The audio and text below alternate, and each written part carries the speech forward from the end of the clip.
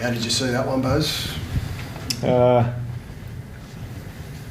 Mate, they're trying hard. Give us that. We were just, the try before half time really hurt us. But the most glaring thing was our own errors, mate, coming out of our own half. So I think we had 8 from on play ones and play twos, and you can't give Penrith, they're too good a team. You can't invite them into your own half. The difference probably between the two sides, they don't make errors, and you've got to earn everything you get against them, and we sort of handed them or gifted them too much field position, and in the end, as brave as you can be, it wears you down.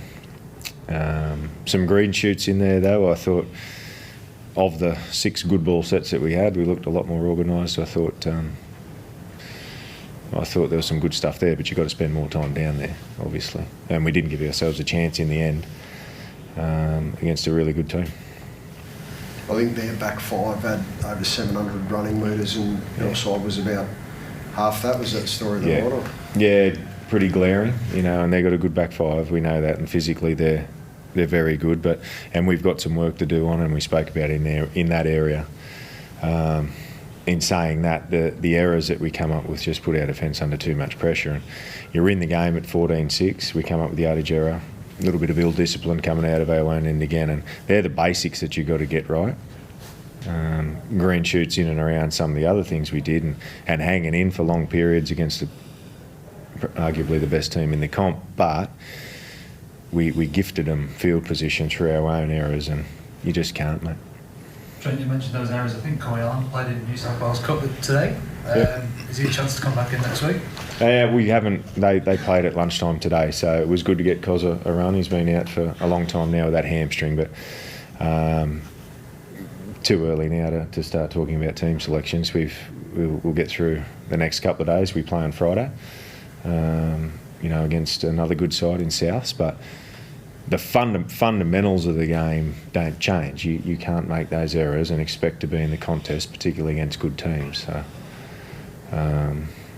some lessons there for us. You mentioned green shoots as well. Like, one of those things was seeing Josh Addo-Carr get the ball in space. We've probably not seen enough of that. What's the key to getting him on the ball more? Because as he's shown, he's a pretty vital weapon. Yeah, he is. It's all what's done inside of Josh to put him in those positions that counts. And that we did move the ball pretty well when we had it. We didn't have a lot of it. I think the first half we had 39% of the footy. You go in at 14-6, I'll take that. But we coughed up. We went error or ill discipline coming out of yardage, and they hurt you. So we got to learn that, and we learnt the hard way tonight. As I've like said, written about Kyle. Yep. What did you make of his performance? I thought he was really good. I thought the chances and the opportunities that we did have down there on their try line, we looked organised. I think he'll gain a lot of confidence out of that. I think, no doubt, he, as much as we probably say he wasn't, he would have been probably not that happy with the attention that it got. But I thought he handled it really well, and I thought he did well.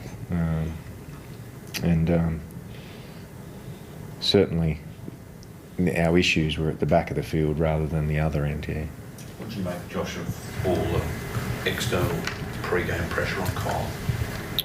Yeah, it's a bit unfair on him, I guess. I don't really know what it's all about, to be honest with you. For me, he's done a fantastic job. His attitude's been fantastic. Didn't get picked the start of the season, obviously. He's gone back. He's worked really hard. He's come into training with a really positive attitude. He's been great, and he's played really well for our reserve grade team and earned himself a spot. So, and he was great tonight. I thought he helped us a lot, particularly in good ball.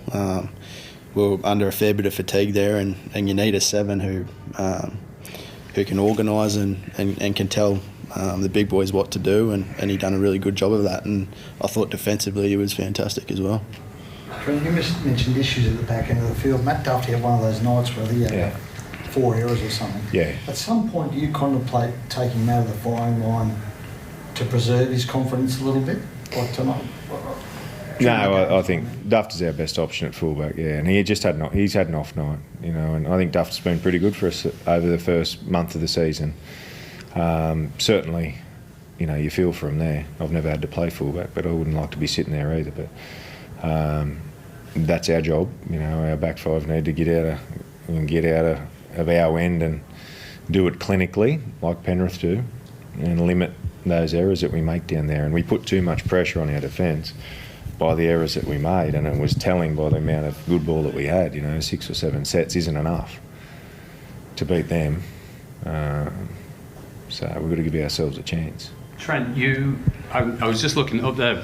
Kyle touched the ball 21 times in that match. Sorry? Kyle touched the ball 21 times in that match. Yep. I think Wakeham averaged 29, Averill 33.